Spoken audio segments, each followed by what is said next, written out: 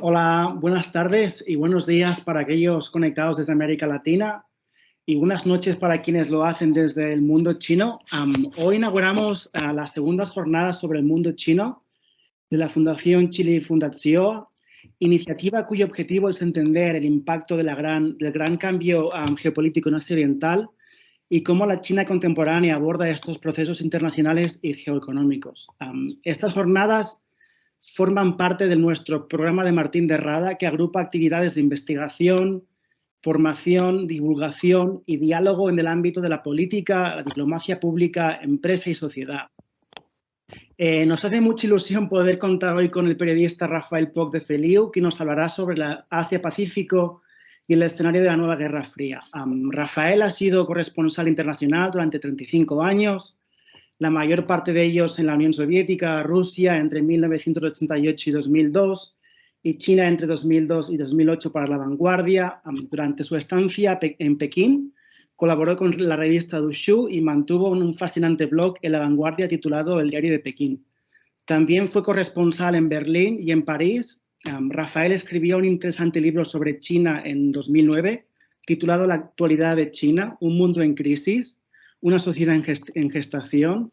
Rafael también ha escrito varios libros sobre el fin de la Unión Soviética, la Rusia de Putin y la Alemania de la eurocrisis. Actualmente es profesor de Relaciones Internacionales en la UNED y colabora con medios como la revista Contexto. Antes de darte paso, Rafael, permíteme que explique a nuestra audiencia que después de la exposición, que durará unos 40 minutos, se abrirá un turno de palabras para que puedan formar vuestras preguntas a través del chat.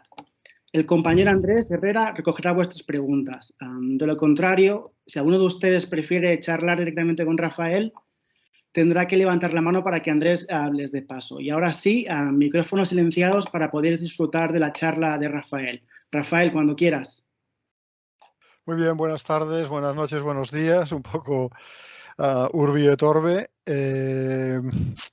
Bueno, agradecido a la Fundación Chile por esta ocasión, esta invitación. Y para entrar en materia, os diré que el título de esta conferencia es Nuevo escenario de la Guerra Fría, entre interrogantes. Lo primero que tengo que decir es que, bueno, que el título es defectuoso, ¿no? Es defectuoso porque no solo estamos en una guerra fría en la región, sino que el peligro de un conflicto militar abierto es muy serio. O sea, sobran los interrogantes. Nuevo escenario de la Guerra Fría tendría que ser lo correcto, ¿no?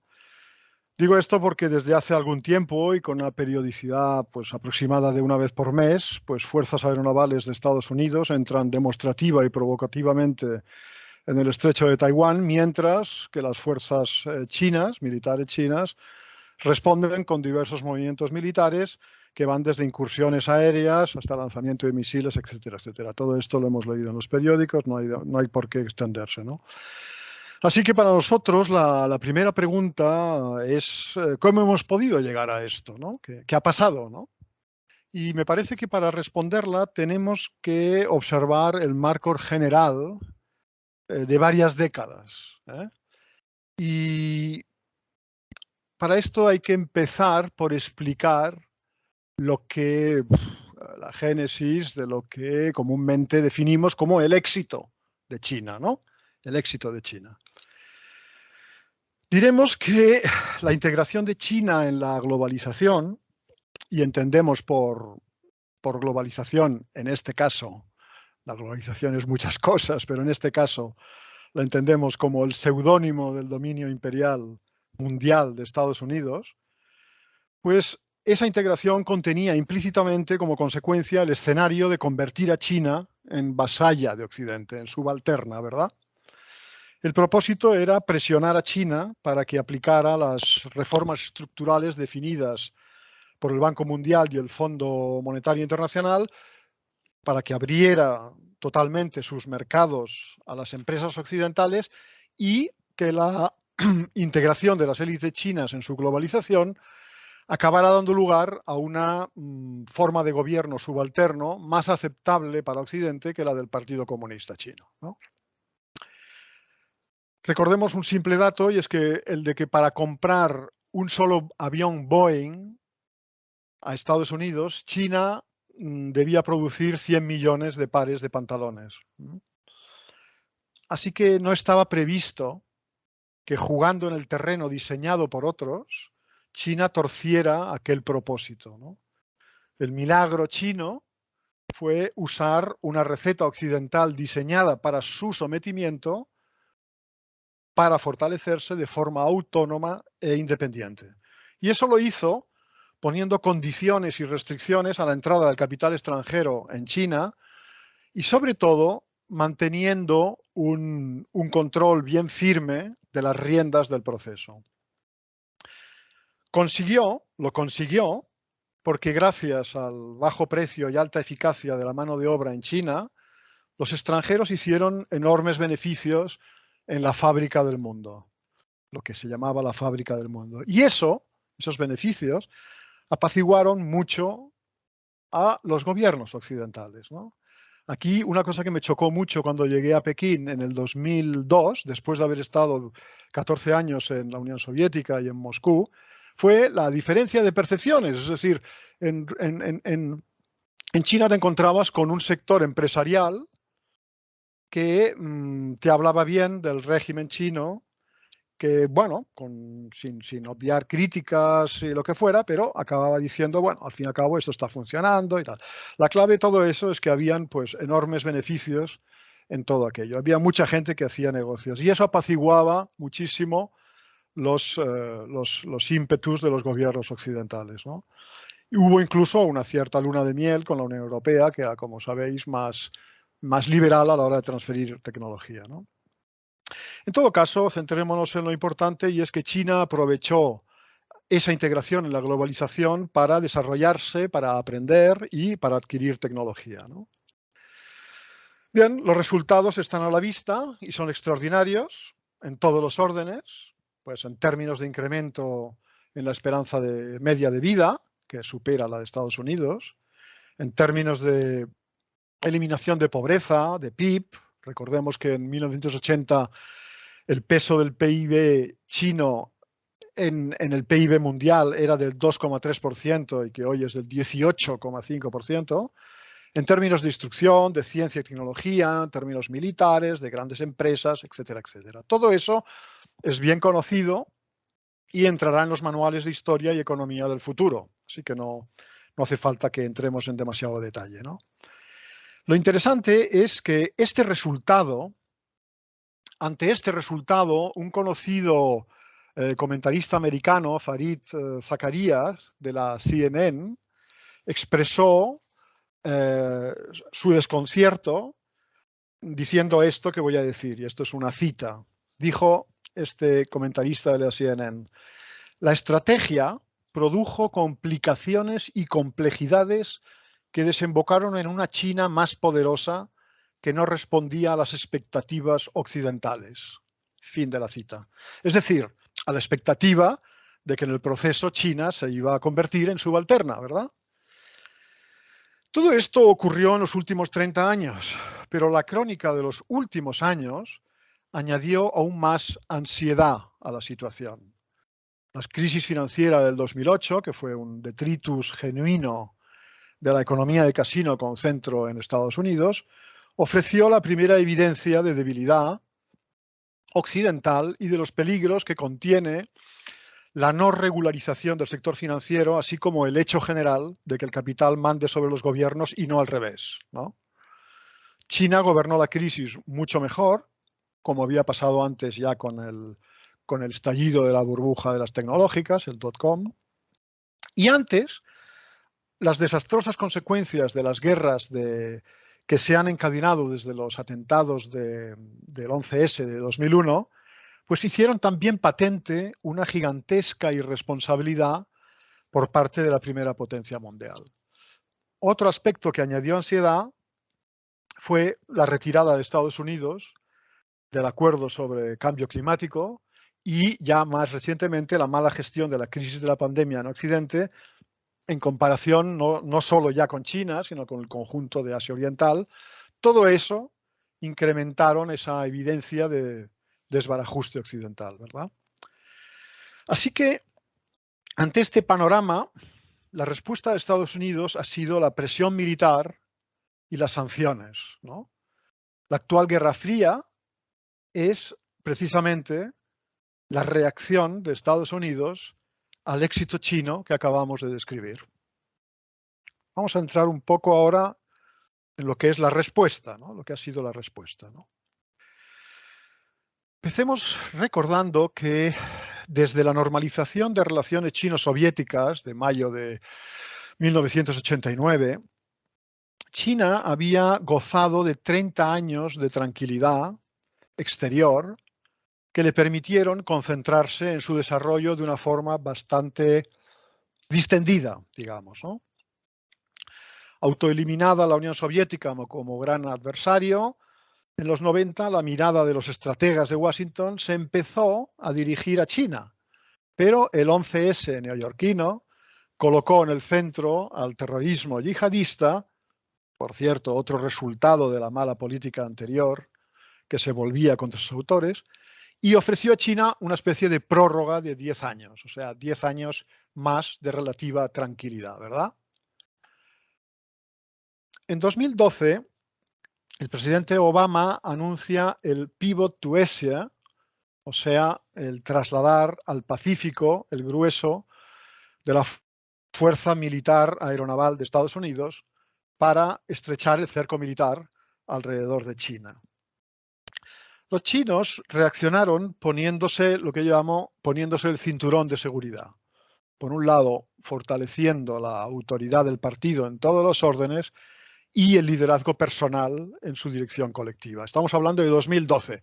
Cuando yo llegué en 2002 a Pekín, todo esto estaba muy lejos, pero ya se hablaba y la dirección china ya estudiaba y hablaba sobre los riesgos de tener todos los huevos en la cesta del comercio exterior. Ya se empezaba a decir, bueno, si esto por alguna razón esto pues se desestabilizara, nos vamos a quedar muy expuestos. Por tanto, habría que empezar a tomar medidas y se empezó a hablar de desarrollar el mercado interno, todo aquello, ¿no? Esto 10 años antes de que la crisis se pusiera de manifiesto, ¿no? Los primeros signos militares, ¿no? 10 años antes de que, como digo, se pusieran su cinturón de seguridad los dirigentes chinos, ¿no? Pero sobre todo fue en 2013 cuando China anunció la nueva ruta de la seda, una ambiciosa estrategia global para salir del cerco y exportar sobrecapacidad. Es decir, una estrategia que era a la vez geopolítica y económica, ¿no? La nueva ruta de la seda es un esfuerzo de varias décadas de duración, con una financiación astronómica de 4 a 8 billones de dólares, encaminada a establecer una red geoeconómica internacional de apoyo que integre económica y comercialmente al 70% de la humanidad, a través de Eurasia. En primer lugar, a través de Eurasia. Sin necesidad de recordar la tesis de Halford Mackinder, que ahora tanta gente desempolva, ¿verdad?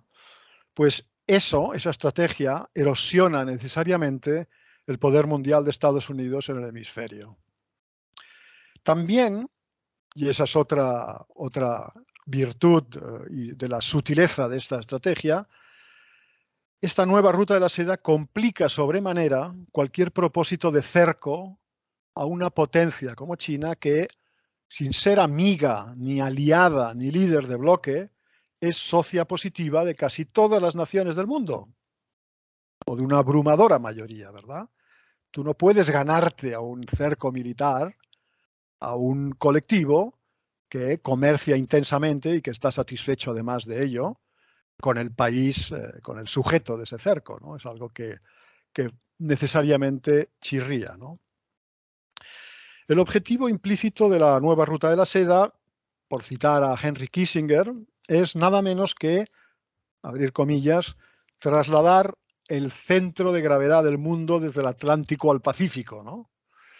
O sea que yo diría que a su lado, el histórico Plan Marshall queda como algo pequeño, ¿no? Al lado de la ambición de todo esto, ¿no?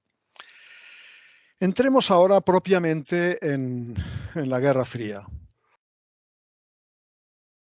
Bien, con Trump el cambio de clima que ya se había iniciado con Obama fue brusco y chusco, ¿no?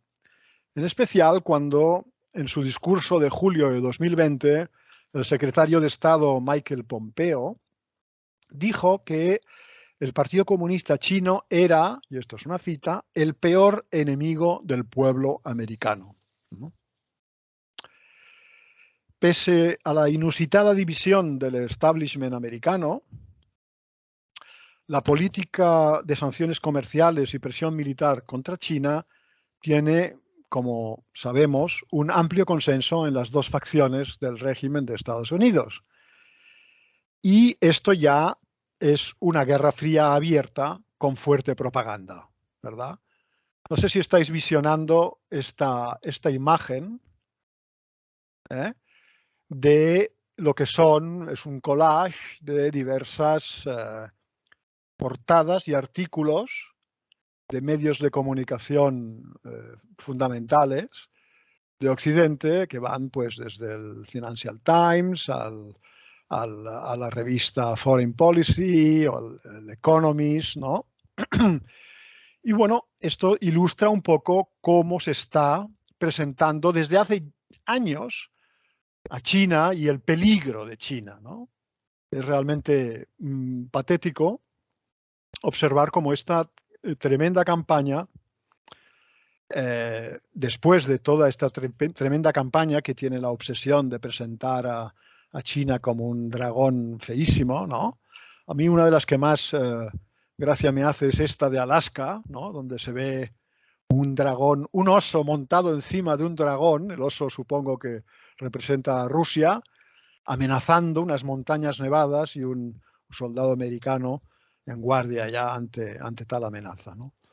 Es particularmente chocante que después de esta dosis de, de, de, de, de información tergiversada y muy sesgada, el New York Times se pregunte, como hace aquí en la parte superior izquierda de la imagen, ¿verdad?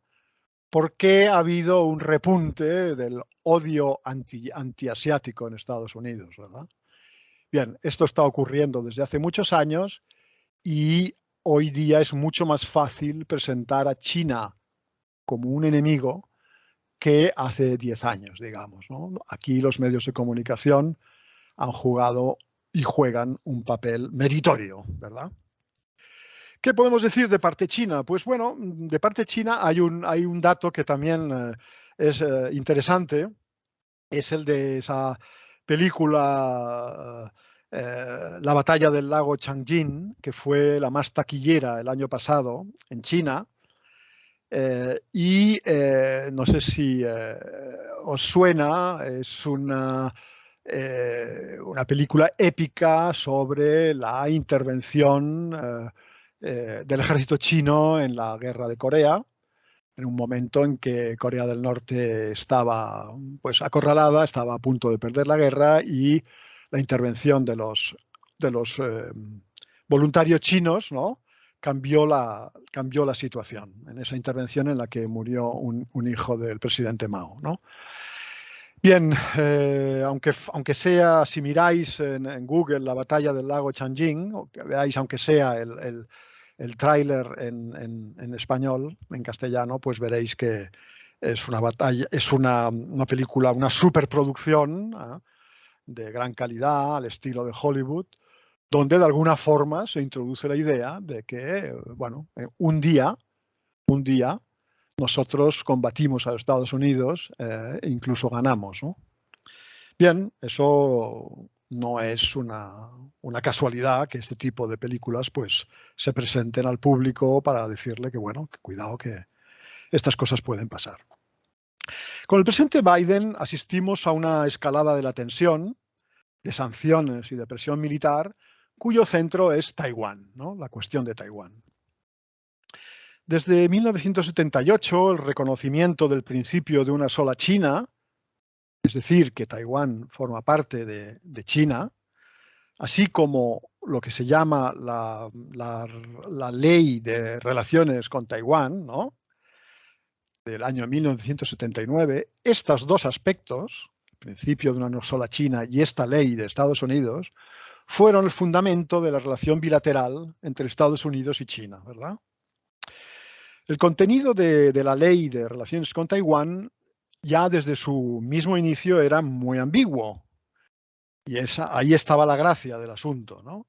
Porque aunque la isla pertenecía a China, aunque Estados Unidos reconocía que la isla pertenecía a China, se contemplaba el suministro de armas defensivas a Taiwán y se decía que cualquier intento de que Pekín resolviese por la fuerza la secesión sería motivo de grave preocupación, ¿no? Textualmente, grave preocupación. Es decir, no se decía ayudaremos militarmente a Taiwán si hay un conflicto con China, ¿no? Con China continental. No, no se decía eso.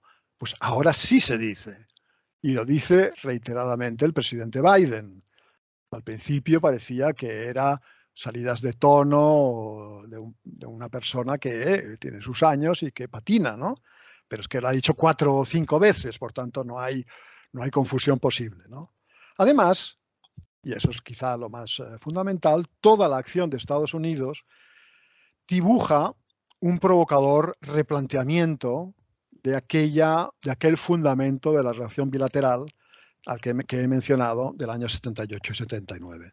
Y este replanteamiento yo diría que tiene pues 8 hitos, ¿no? Podemos hacer la crónica, 8 puntos tiene esta crónica del replanteamiento, 8 síntomas, ¿no? Primero, por primera vez desde el comienzo de las relaciones diplomáticas entre China y Estados Unidos, Biden invitó a un representante de Taipei a la toma de posesión presidencial, a la suya, ¿no? Eso no había ocurrido nunca. 2. La presidenta del Congreso, Nancy Pelosi, que es la tercera funcionaria estadounidense de mayor rango en el orden de sucesión presidencial, visitó Taipei el 2 de agosto del 2022, ¿no? 3.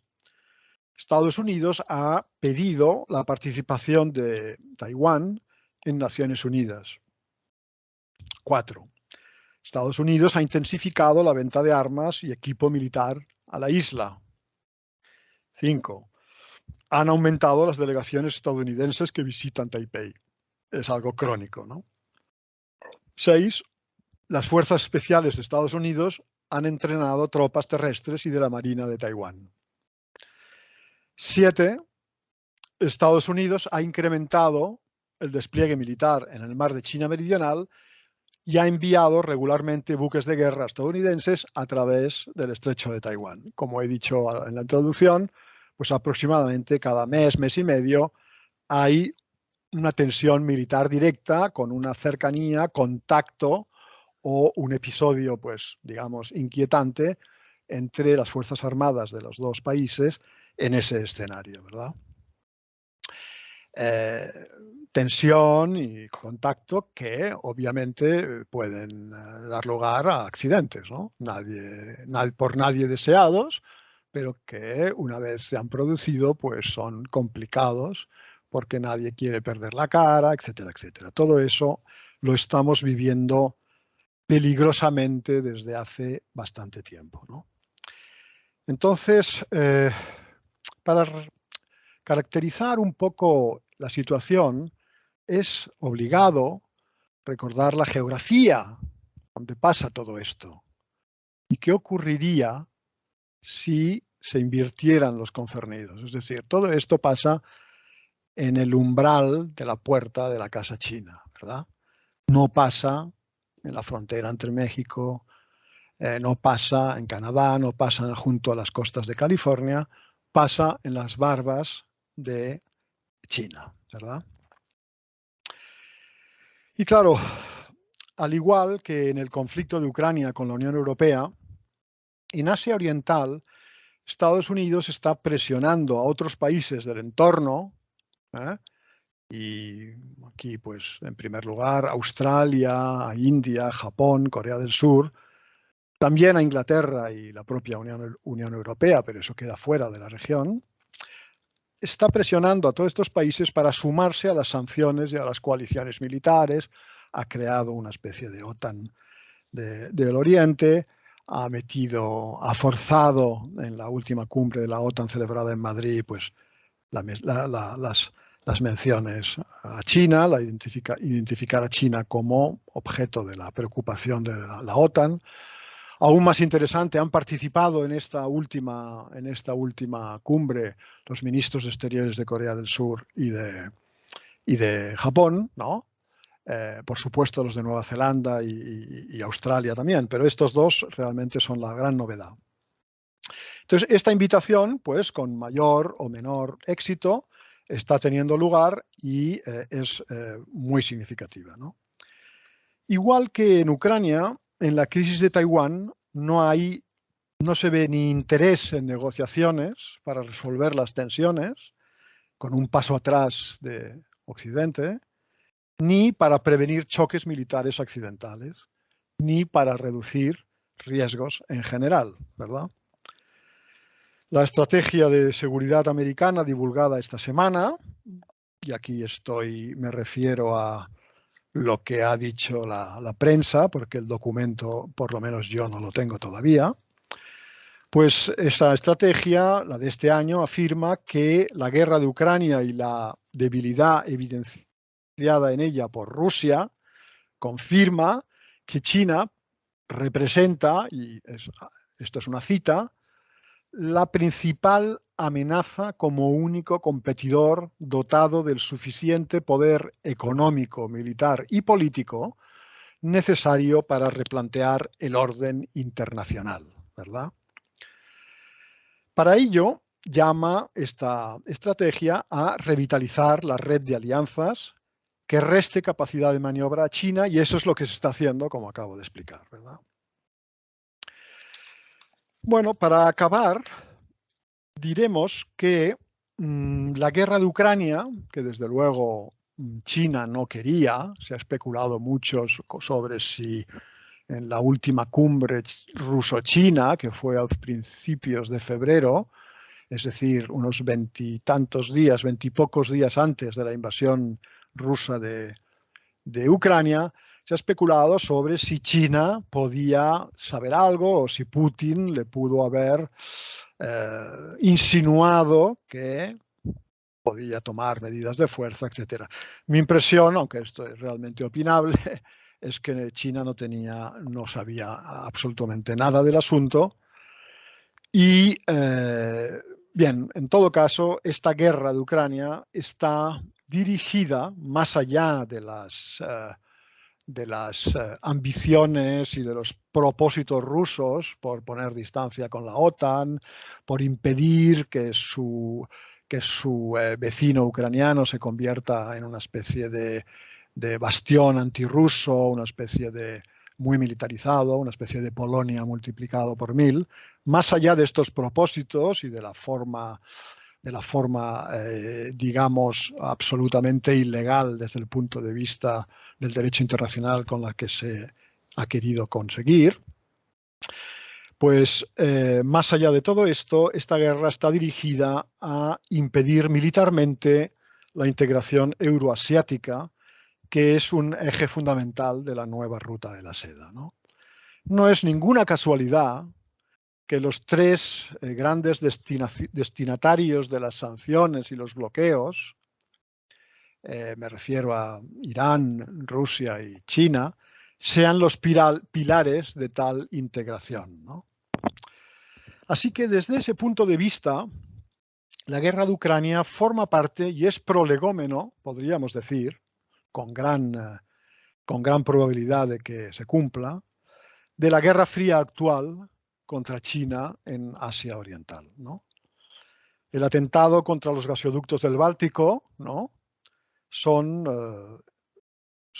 la mejor ilustración de la situación, porque en esa integración euroasiática el nexo energético entre Rusia y Alemania, es decir, entre Rusia y la Unión Europea, era fundamental, y tenemos una historia de muchos años de hostilidad de Washington hacia ese nexo energético y esa complementariedad entre la energía rusa y la tecnología europea, un poco para impedir la emergencia de un tercer polo autónomo en el mundo, como podría ser el polo europeo, independizado, autonomizado de Estados Unidos, ¿no? De momento se ha logrado, hay que decir, convertir a la Unión Europea en vasallo e integrarla en esa Guerra Fría, cuyo horizonte último es China, ¿verdad? El otro día hubo un discurso muy significativo de Josep Borrell, el jefe de la política exterior y de seguridad, en el que dijo, dejarme buscarlo, dijo textualmente, bien,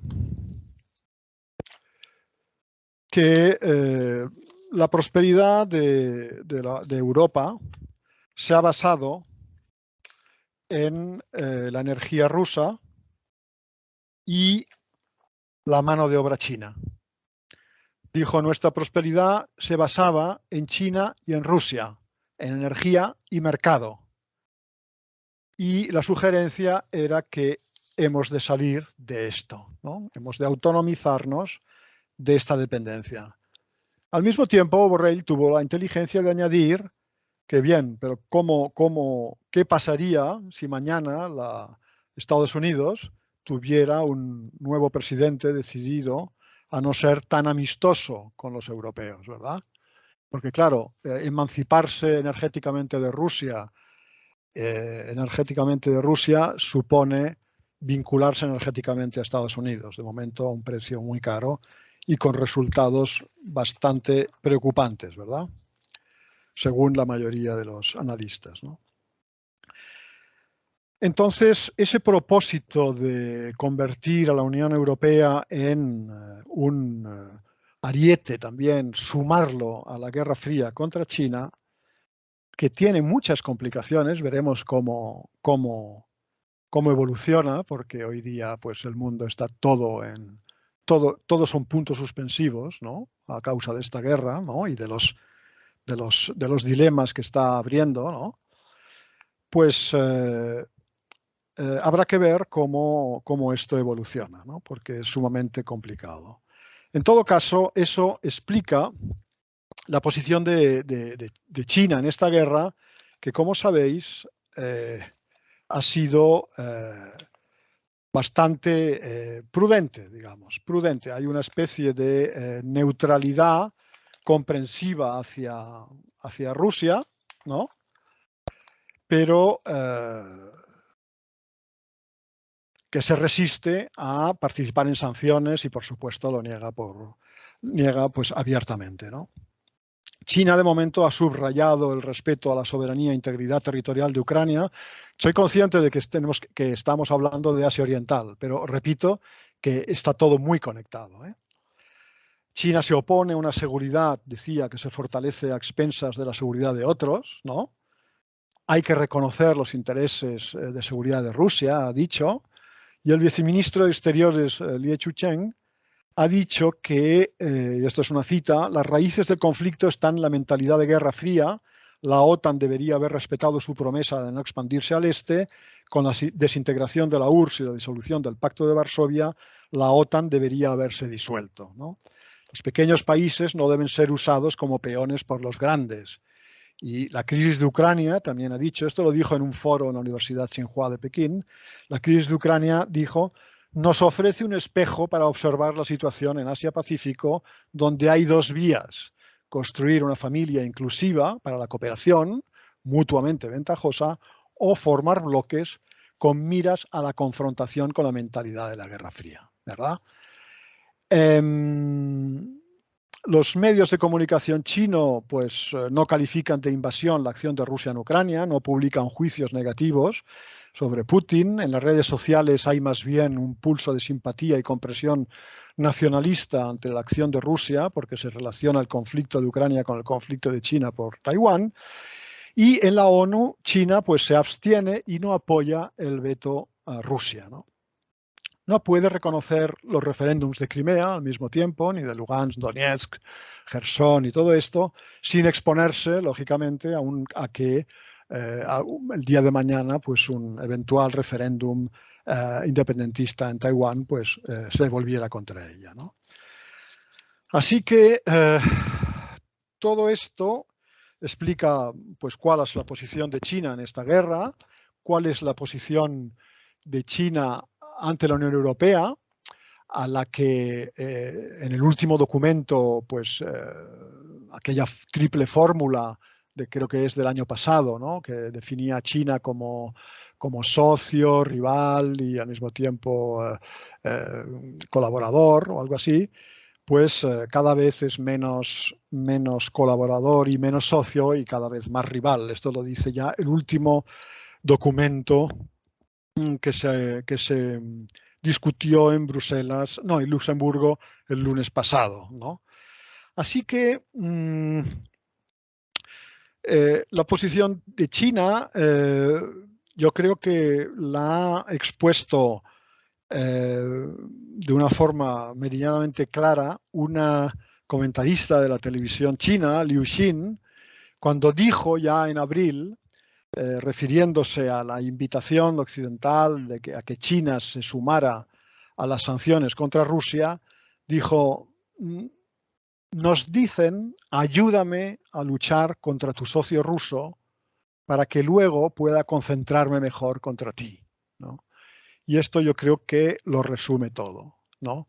Respecto a la posición de China con respecto a la Unión Europea, la cita que me parece más completa es así de banal, es la que Xi Jinping le mencionó a Olaf Scholz, al canciller alemán, en una videoconferencia que mantuvieron, creo que fue en mayo, principios de mayo, donde Xi Jinping le dijo a Scholz que la seguridad europea deberían decidirla los europeos, ¿no?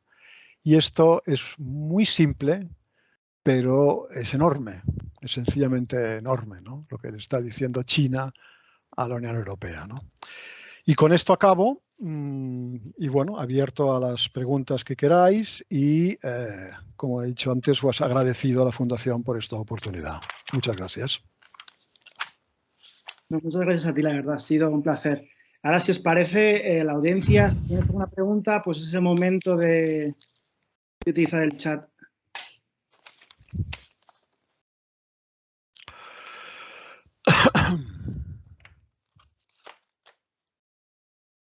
Sí, Josep, ya tienes el micrófono abierto, ahora te abriré la cámara. Josep, cuando quieras, ¿eh? Tienes el micrófono silenciado por tu parte, por eso quizá no puedas hablar, pero estás habilitado. Josep.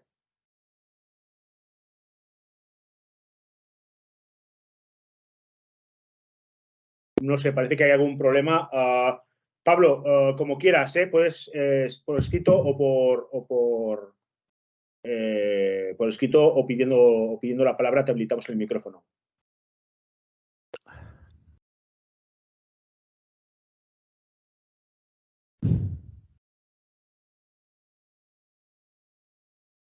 Bueno, hay varias personas que están dando.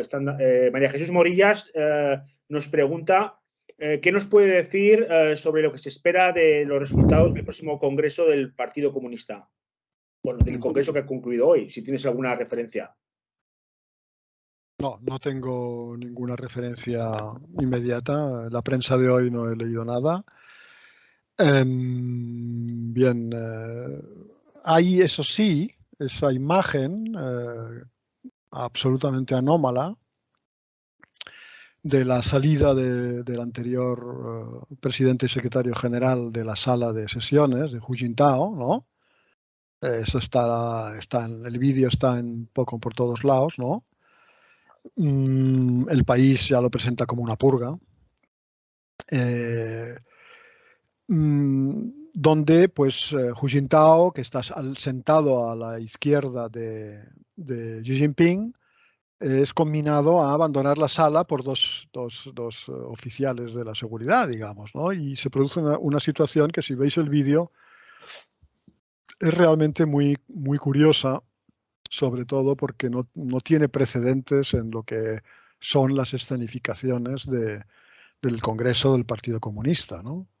Hu Jintao no entiende qué pasa, le presionan un poco para que se levante, se levanta, luego hace ademán de interrogar a Xi Jinping sobre lo que pasa. Xi Jinping dice sí, sí. Y bueno, y finalmente todo esto ocurre en segundos y Hu Jintao abandona la sala dándole un golpecito en el hombro a Li Keqiang, otro de los que van a salir de la escena, ¿no? Yo no sé cómo leer esto, digamos, en concreto, ¿no? Pero sí que da pie para apuntar un aspecto de la política china que es sin duda un aspecto de fragilidad, ¿no? Y es el problema del funcionamiento de la élite china, y es un poco que, por más que ellos llevan años hablando del Fayi, del gobierno de acuerdo a la ley y todo eso, de potenciar, bueno, y que hace unos años llegaron al acuerdo de a partir de determinada edad retirarse, bueno, y eso se pone en la Constitución, etcétera, etcétera. A falta de unas normas claras, ¿no? Los relevos en el grupo dirigente pues contienen el riesgo de adoptar la forma de ajustes de cuentas que al final se resuelven por la fuerza, ¿no? Eso en la historia reciente de la República Popular China, en la historia desde la muerte de Mao, ocurrió pues en 4 de las 6 operaciones de relevo de dirigentes, ¿verdad? Con distinto nivel de incidentes, ¿no? Y bueno, este vídeo de la salida de Hu Jintao, a mí lo que me ha sugerido es un poco esto, ¿no? No quiero sacar mayores conclusiones. La impresión es que Xi Jinping tiene un control enorme de la situación, de que va a salir claramente reforzado de este Congreso, pero esto no quiere decir que en determinadas situaciones la base de los relevos del grupo dirigente pues son siempre complicados y están siempre mediatizados por este riesgo de los ajustes de cuentas entre fracciones, las purgas, etcétera, etcétera, ¿verdad? Las preguntas, entonces, perdona que te interrumpa, Rafael. No, yo había terminado. Hay otras preguntas. María Jesús, la ponencia precisamente del siguiente sábado gira en torno al Congreso, ya con un tiempo con un tiempo de calma y quizás en aquel caso Joaquín podrá responder a estas cuestiones, ¿no? Hay bastantes preguntas. Por ejemplo, Salvador Martínez nos pregunta si cree que el papel de la India puede acabar estando reforzado por este choque de trenes entre China y Estados Unidos. Bien, no soy para nada, no estoy familiarizado en absoluto con la política india y la posición, pero por lo que hemos visto hasta ahora, los pronósticos de que India iba a sumarse a la cruzada anti-China en Asia Oriental o en el Pacífico, en el Indo-Pacífico, yo creo que estaban claramente exagerados, ¿no? India tiene la suficiente entidad y personalidad como para marcar una línea propia. Y aunque el actual dirigente no sea particularmente brillante ni fuerte, yo creo que es lo que está ocurriendo en este momento, ¿no? Mantienen un intenso comercio y muy lucrativo, por cierto, con Rusia de hidrocarburos, gracias al cual la India está revendiendo petróleo ruso a la Unión Europea, y está haciendo un buen negocio con ello. Y desde luego, pues no parece que esté implicándose en un esquema de seguridad pues anti-chino en el Océano Índico, ¿verdad? Hay otra cosa que a mí me fascina bastante, y es que con todas las diferencias que China e India mantienen, incluido un pleito fronterizo que en los años 60 degeneró en una breve confrontación militar iniciada por India, precisamente, pues en ese contencioso, que el año pasado o hace 2 años, ahora no recuerdo bien cuándo fue, registró pues enfrentamientos violentos y muertos, porque patrullas militares en la frontera disputada del Himalaya pues se enfrentaron, ¿no? En ese enfrentamiento, digo, no hubo muertos por armas de fuego, ¿verdad? Y hubo muertos a palos y a pedradas, ¿no? Y esto es sumamente interesante porque a partir de este dato se supo que por un acuerdo bilateral y conscientes ambos de la peligrosidad de su contacto, ¿no? Y de la tensión existente en esa zona, China e India acordaron que sus patrullas militares en esa zona no fueran armadas. Esto es algo que a mí me parece fascinante y que me remite a otra manera de funcionar, ¿no?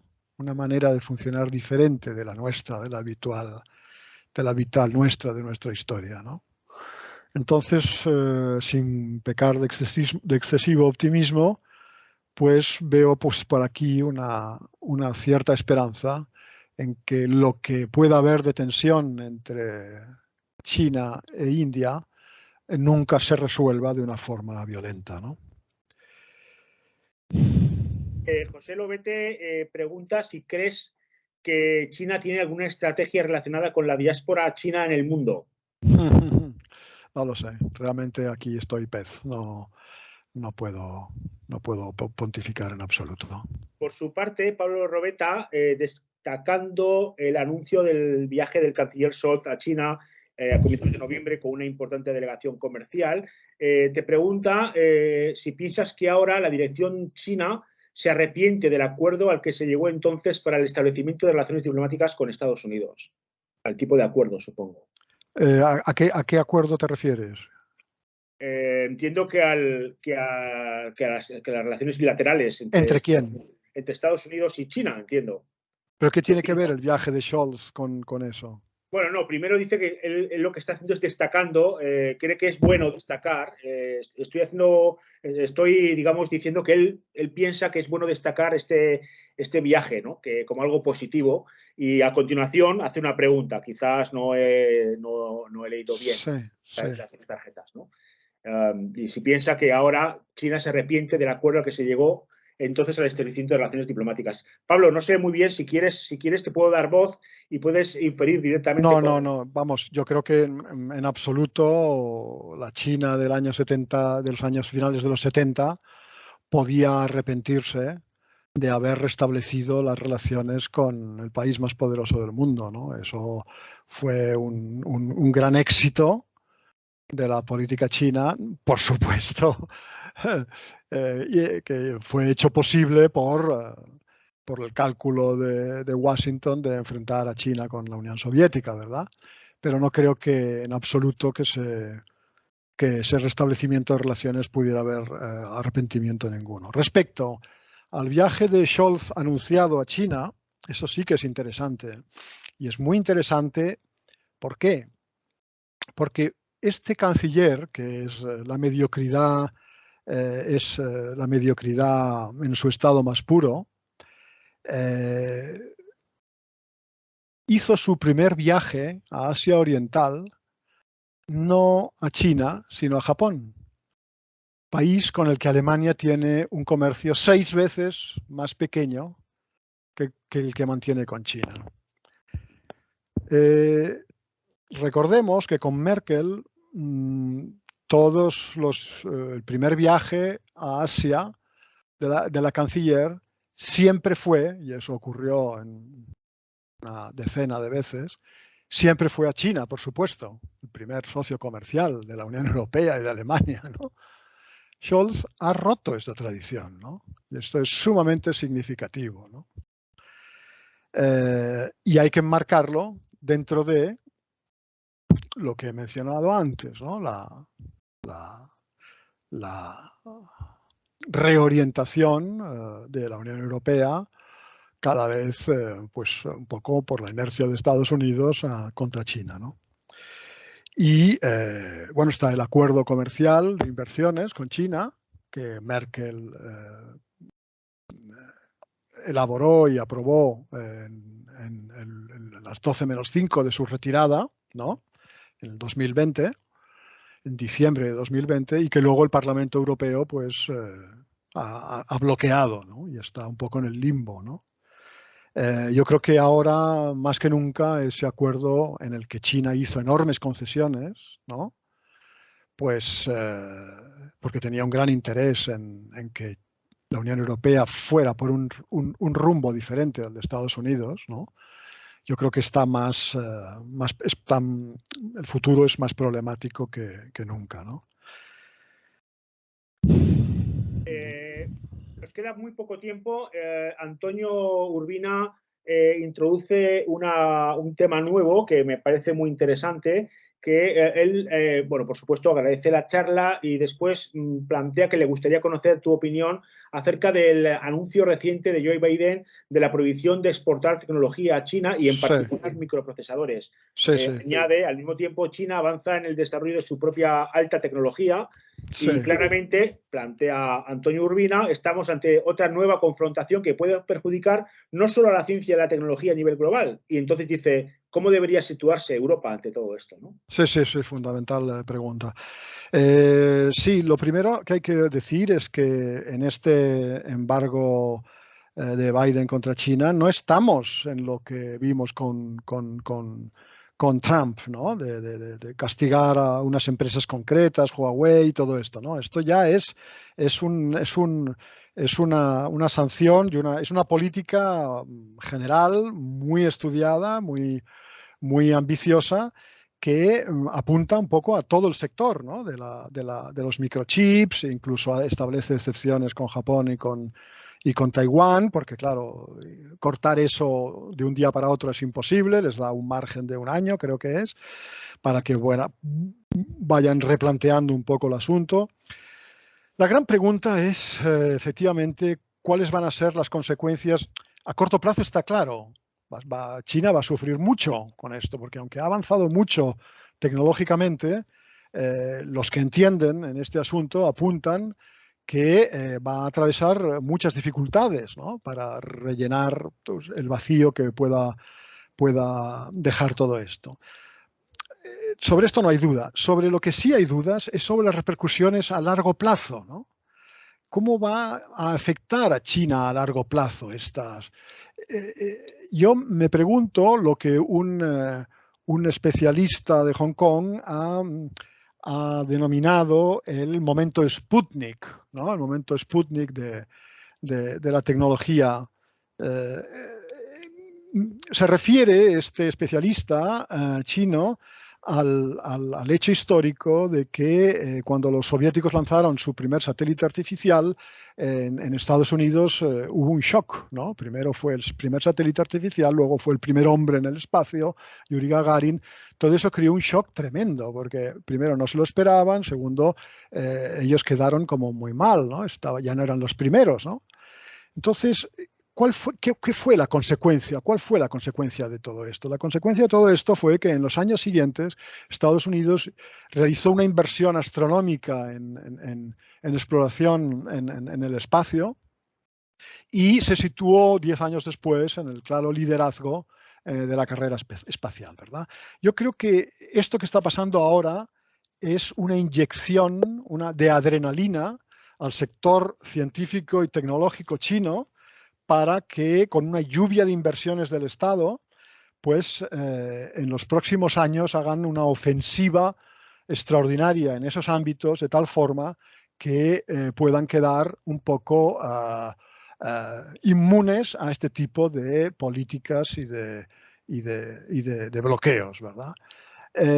Bueno, habrá que ver, esto lo dirá el tiempo, pero conociendo a los chinos y viendo lo que han hecho hasta ahora, yo me inclino a pensar que son capaces de darnos una buena sorpresa y que esta política les puede resultar incluso contraproducente, ¿no?, a Estados Unidos. Muchas empresas fabrican componentes en todos esos ámbitos en China, ¿no? Van a tener daño por ahí, ¿no? Pero sobre todo por esa reacción que pueda haber.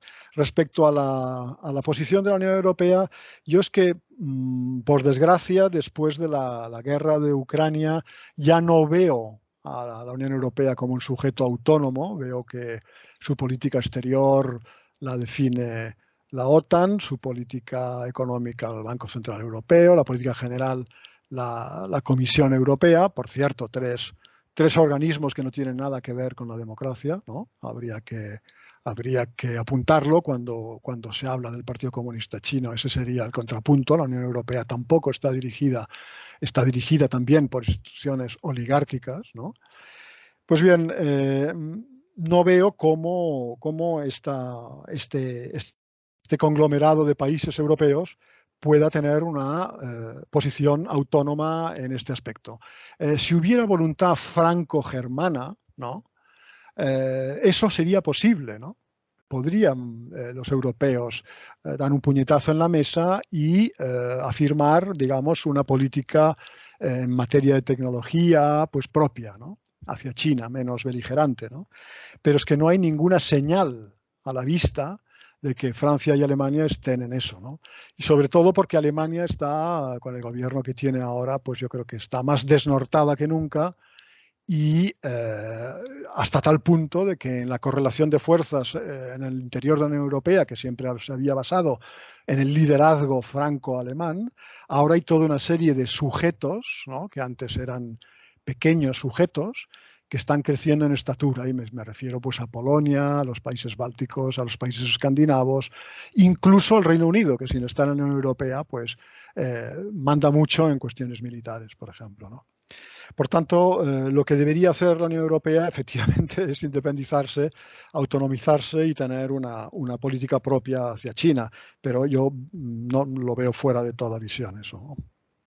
Son muchas las preguntas que quedan, poco el tiempo que nos estamos terminando, así que voy a elegir de todas las del montón que hay en el chat, una que yo creo que de alguna manera está en la agenda de todo el mundo cuando miramos a China, ¿no? Y es que dice Manu, nos dice, bueno, dice muy interesante por la charla, pero luego pregunta exactamente cómo valoras la decisión de China de seguir con las políticas de COVID-0 y qué sentido tiene con el coste económico y social interno que están teniendo.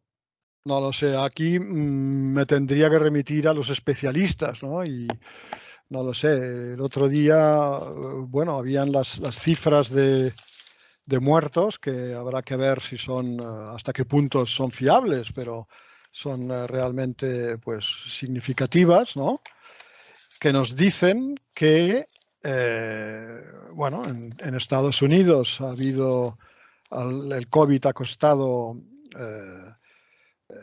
la enormidad de casi 1 millón de muertos, ¿verdad? En Francia ha habido 152.000 muertos, ¿no? Y en China 5.226, según las cifras oficiales, ¿no? Bueno, eso habla de cierta eficacia, ¿no?, del sistema chino, ¿no? Yo creo que también aquí debe haber habido, y aquí ya estoy hablando un poco desde fuera, porque no he pisado el terreno chino desde hace años, pero puede haber habido una especie de prueba de disciplina de la población, ¿no?, ante la pandemia, prueba que puede ser aplicable en otros ámbitos en el futuro. Y como la dirección china, con muy buen criterio, creo que es consciente de que le esperan tiempos muy duros, ¿no?, y que el escenario de una confrontación militar pues no se puede excluir, ¿no?, pues esa prueba de disciplina puede tener un valor de futuro, ¿verdad? Muy bien. Tenemos que cerrar las preguntas en el chat. Ferran, cuando quieras. Pues nada, sin más, tiempo a Rafael, ha sido una charla muy interesante. Gracias a la audiencia por habernos acompañado hoy y nada, gracias a todos, de verdad. Así que hasta la siguiente conferencia, que será la semana que viene a las 6 de la tarde, horario de español. Muchas gracias. Gracias.